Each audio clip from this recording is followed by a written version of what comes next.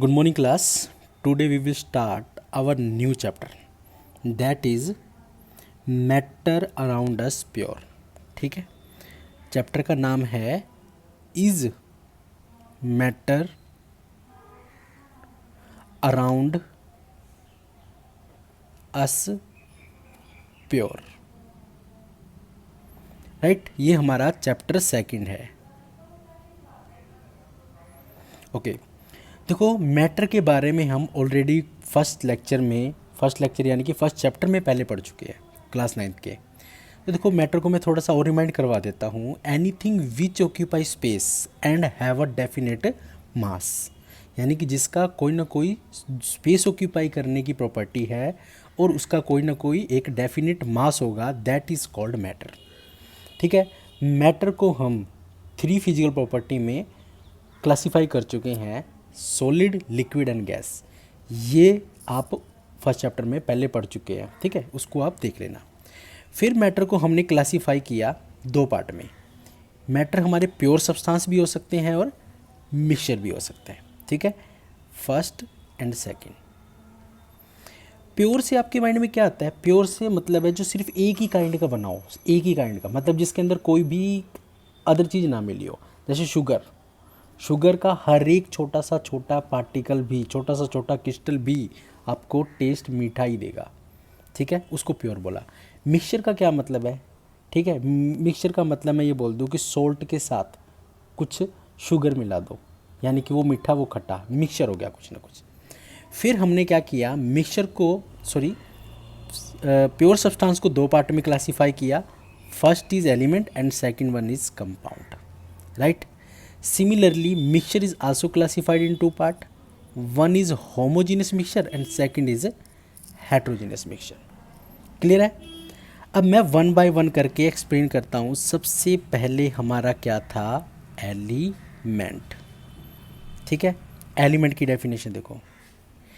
Element are those which are made up of same kind of particles. समझ गए? जो same kind of particle से मिलकर बने होंगे वो सारे के सारे हमारे क्या होंगे? एलिमेंट होंगे. एग्जाम्पल देखो, हाइड्रोजन, कार्बन, नाइट्रोजन, ऑक्सीजन. ठीक है, और एक बात और याद रखना, element are those which are made up of same kind of particle. ठीक है, बट एक चीज़ और है इसके अंदर, इट इज़ द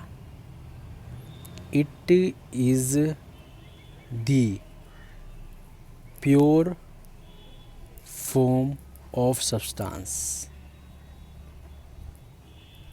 यानी आप इसकी डेफिनेशन क्या बनाओगे?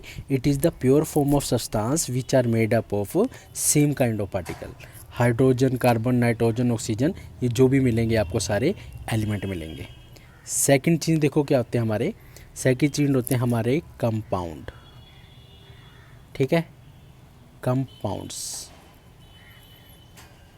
ठीक है, कंपाउंड को हम कैसे एक्सप्लेन करते हैं? देखो कंपाउंड कौन से होंगे? Which are made up of 2 or more elements. ठीक है, हम उनको क्या बोलते हैं? कंपाउंड. Are called compound. ठीक है, हम उनको क्या बोलते हैं? कंपाउंड बोलते हैं. देखो हम इसको 2 पार्ट में डिफ्रेंशिएट कर सकते हैं. देखो पहले मैं एग्जांपल लिखता हूँ. H2O2 N2 एग्जांपल में, और इधर क्या लिख सकते हो? H2O CO2 NH3. दिख रहा है आपको? यानी कंपाउंड, ये जो आप यहाँ पर चीज़ देख रहे हो ना, ये सेम एलिमेंट के हैं, सेम एलिमेंट्स. समझ गए? यानी कि इसके अंदर 2 या 2 से ज़्यादा सेम एलिमेंट है, और इसके अंदर जो आपको यहाँ नज़र आ रहा है, राइट, ये चीज़ आपकी क्या होएगी? ये हमारी होएगी डिफरेंट एलिमेंट। क्लियर है? इसके अंदर हमारे क्या होंगे, डिफरेंट एलिमेंट हो जाएंगे। समझ रहे हो? कंपाउंड और एलिमेंट की आपको डेफिनेशन आई होप क्लियर हो गई होगी। अब देखो एग्जांपल देखते चलो। नेक्स्ट है हमारा मिक्सचर। देखो मिक्सचर का क्या मतलब होता है। Mixture are those in which two or more substance are those in which two or more substance are mixed with each other। ठीक है, जिसके अंदर दो या दो से ज़्यादा सब्सटेंस को हम मिक्स कर देते हैं आर कार्ड मिक्सचर, उन्हें हम मिक्सचर बोलते हैं। ठीक है, इसका एग्जांपल हम ले लो क्या, सॉल्ट सॉल्यूशन, और क्या ले सकते हो आप, ठीक है, sand with water.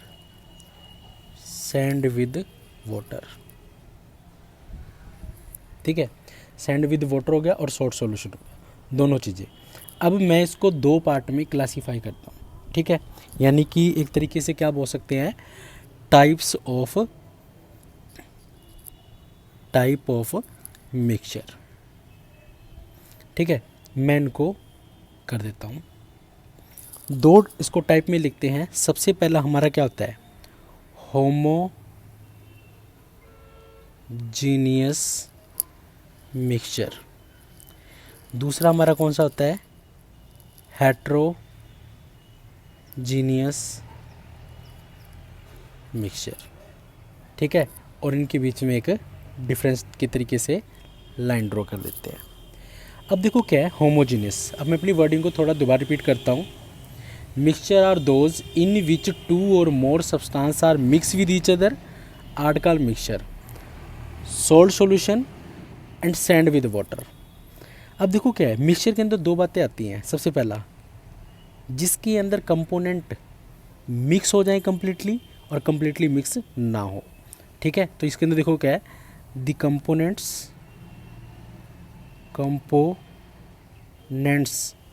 Are completely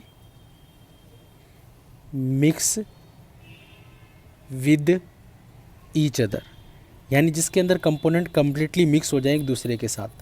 तो इसके अंदर क्या आएगा, डज नॉट, ठीक है, completely mix with each other component होंगे। ठीक है, अब दूसरी बात देखो क्या है, यूनिफॉर्म को क्या कहते हैं, होमोजीनियस मिक्सचर के अंदर हमेशा याद रखना यूनिफॉर्म कंपोजिशन होती है,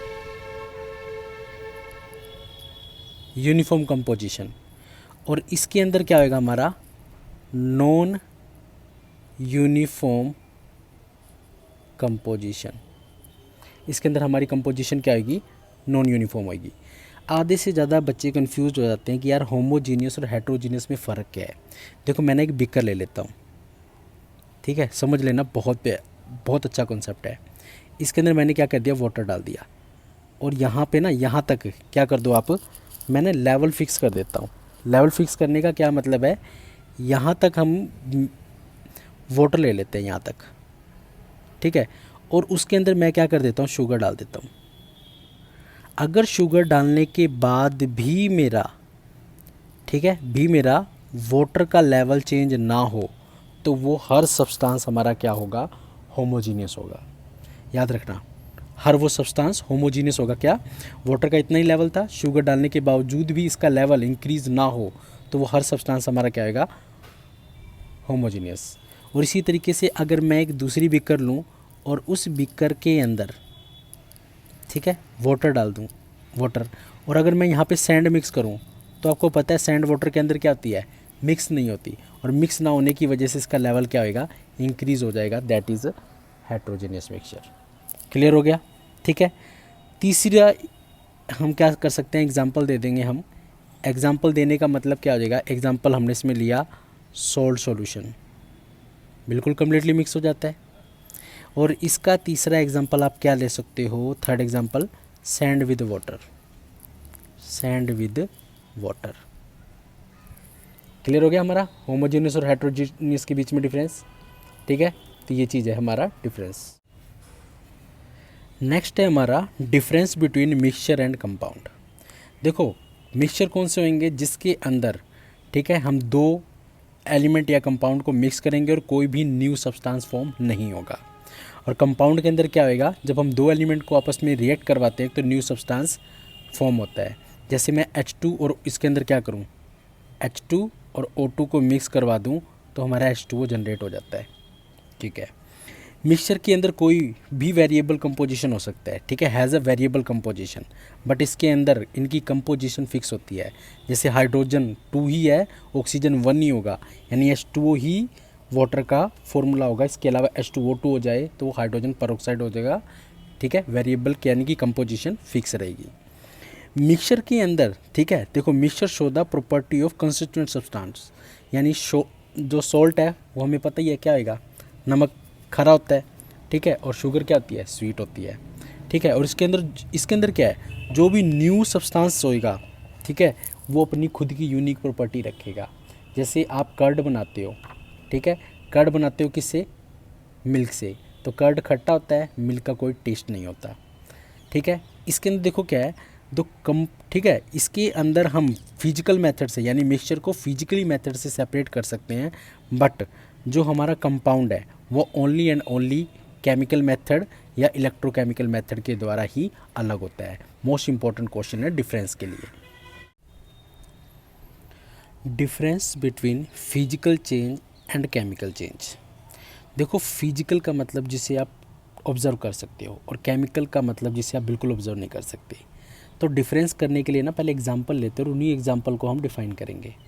देखो वाटर है, लिक्विड फॉर्म में होता है, आपने टेस्ट भी किया है, और आइस होता है वो सॉलिड फॉर्म में हो गया, यानी कि वाटर का आइस में कन्वर्ट होना कोई भी केमिकल चेंज नहीं है, फिजिकल चेंज है।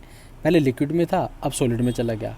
वाटर पहले भी टेस्टलेस होता है, आइस आपको पता ही है वो भी टेस्टलेस ही होती है।